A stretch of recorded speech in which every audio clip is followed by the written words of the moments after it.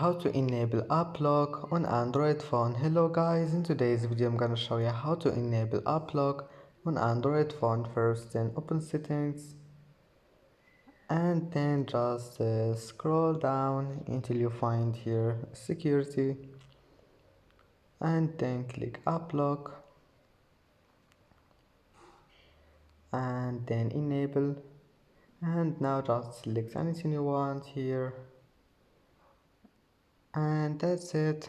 Just type any pin you want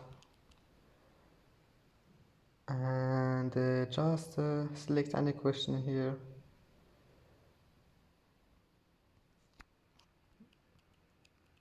and then just finish,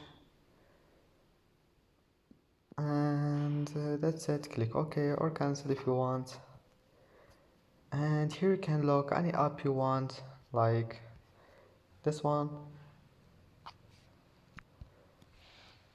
And that's it for today's video.